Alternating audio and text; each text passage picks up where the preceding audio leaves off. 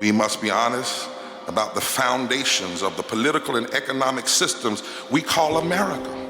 I love America because of her potential, but I know that America will never even get close to being a more perfect nation until we are honest about the politics of rejection. I want to tell you about some of the leaders who are building the Poor People's Campaign. Callie Greer from Selma, Alabama, who had to bury her daughter, Venus, because she didn't have health care. I'm here today to share my daughter Venus's story. Venus discovered a small lump in her breast and she wasn't insured. Venus had to be approved for every prescription and every piece of medical equipment that she needed.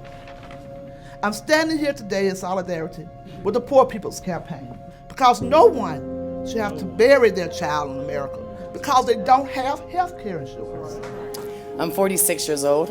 I've lived in poverty here in West Virginia every day of my life. And I'm working. I am working poor with a bachelor's degree. I'm doing the best I can with what I have. I'm a second-generation fast food worker, and I've experienced the cycle of poverty firsthand. Growing up, I watched my mother endure long hours of back-breaking labor, doing everything she could to feed me and my sisters. My employer barely pays me enough to pay rent and utilities, let alone with the medical expenses with my mother. I worked 41 years in the coal mines. I have black lung, and it's just unfathomable what these poor coal miners have to go through in order to get what they have worked for and deserve. I'm a Vietnam veteran. My only chance of going to college was joining the Army. It was one thing to know that you didn't have water and you couldn't afford your water. It's a whole nother to find out that they shut off your entire community and none of you matter.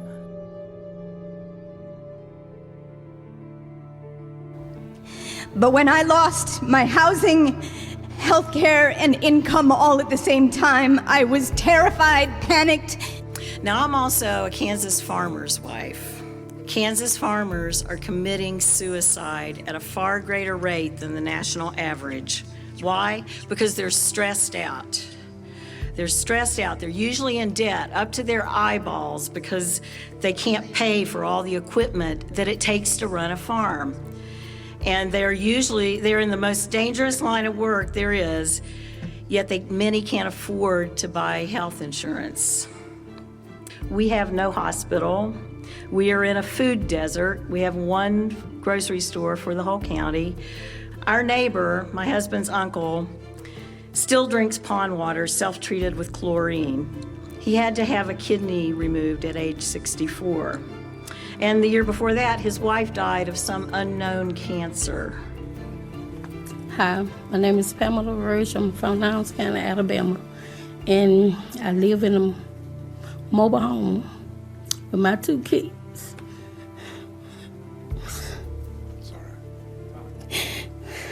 And I got raw sewage. I don't have no money. I'm poor. And I have to travel back and forth to Birmingham to take my daughter with the CPAP machine. Don't have a car and don't have no way to take her. This is the largest encampment in Aberdeen. There's about 1,000 people in a town of 16,000 who are homeless. In my community, we were all shut off for the day because none of us could afford our water bills. In the past, my family wasn't able to afford electricity in the winter. It was very hard on all of us. But the indigenous people in the surrounding communities that are being affected, we talk about health care. We talk about worrying about the environment, but yet when they're allowing open pit mines and letting it leak into the land, into the water, the high rate of cancer and the high bills of health is going to continue to raise because of corporations and greeds and politicians that don't want to listen. There's a new chemical company that's producing another carcinogen. In our community, it's amazing the people who just started dying of cancer. And when my wife was diagnosed with cancer, I was amazed at the black women that would ring our doorbell and walk in the door and pull a wig off to show my wife that I have it too.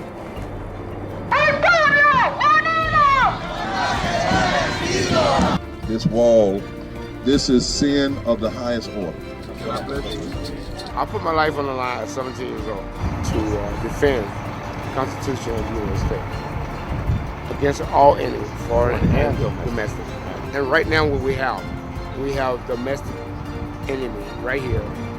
When there are 38 million poor children, when 60% of African Americans are poor, when 65% of Latinx are poor, when 40% of Asians are poor, when there are 67 million poor white people, we must say, this is not right.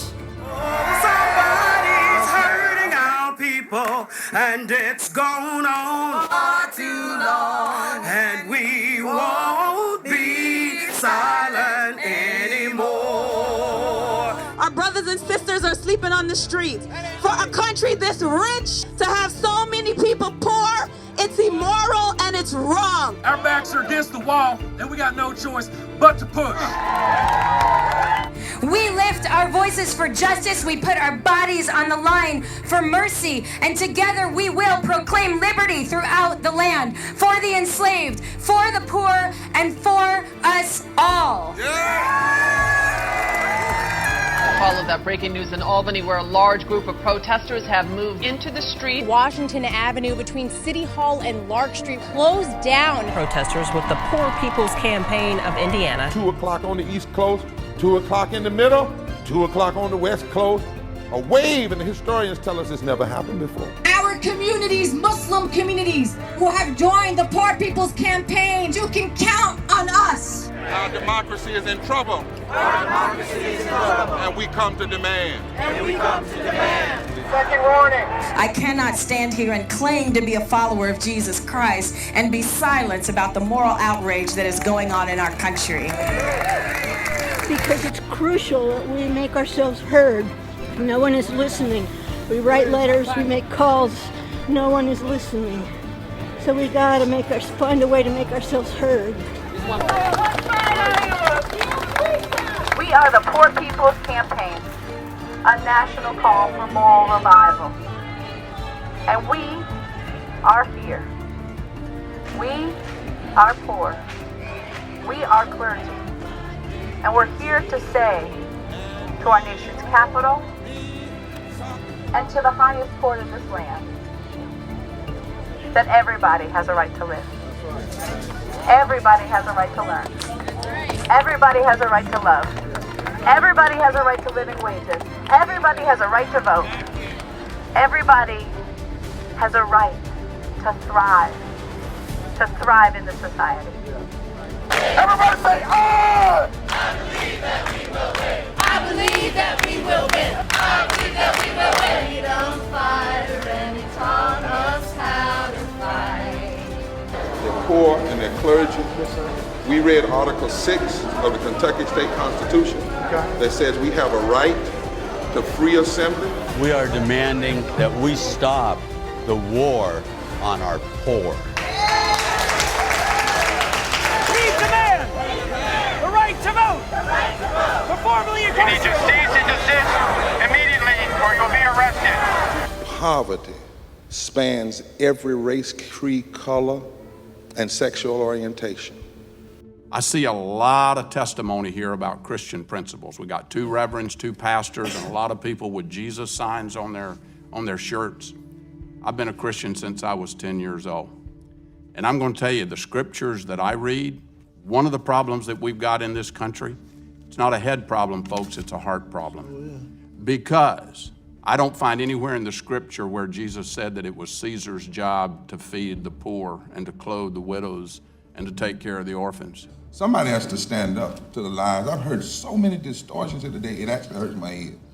I mean, to suggest that these people who work hard, we all have to tell our stories and our children, but to somebody to say, well, Jesus never said anything about Caesar. First of all, it's interesting that you all would define yourself as Caesar. That in itself is kind of strange. I mean, we need to stop for a minute to even hear that. Yeah. And then the next thing is that you haven't read the 2,000 scriptures in the Bible that talk about how societies have supposed to treat the poor, the immigrant, the least of these, and left out. And you don't know that Jesus started his first sermon with good news to the Patokos. That's a Greek word which means those who have been made poor by economic systems. I mean, it really is shocking. My name is Wenceslor Nosey Sr., and I am a former chairman and former councilman of the San Carlos Apache tribe in Arizona. To this day, my people are struggling against poverty. Our lands are being poisoned and are in consistent threat from mining and fracking from companies. As president, what will you do to ensure protection of sacred and holy indigenous lands, the lives of Native people, and our tribal sovereignty?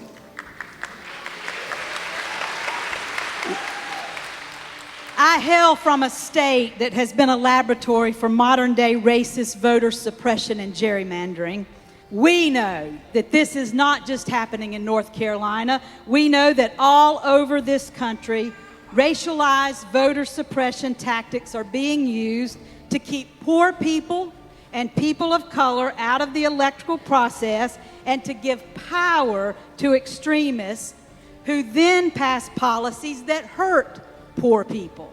So Trish and I want to know, as president, what will you do to address the systemic policy racism of voter suppression and expand our voting rights?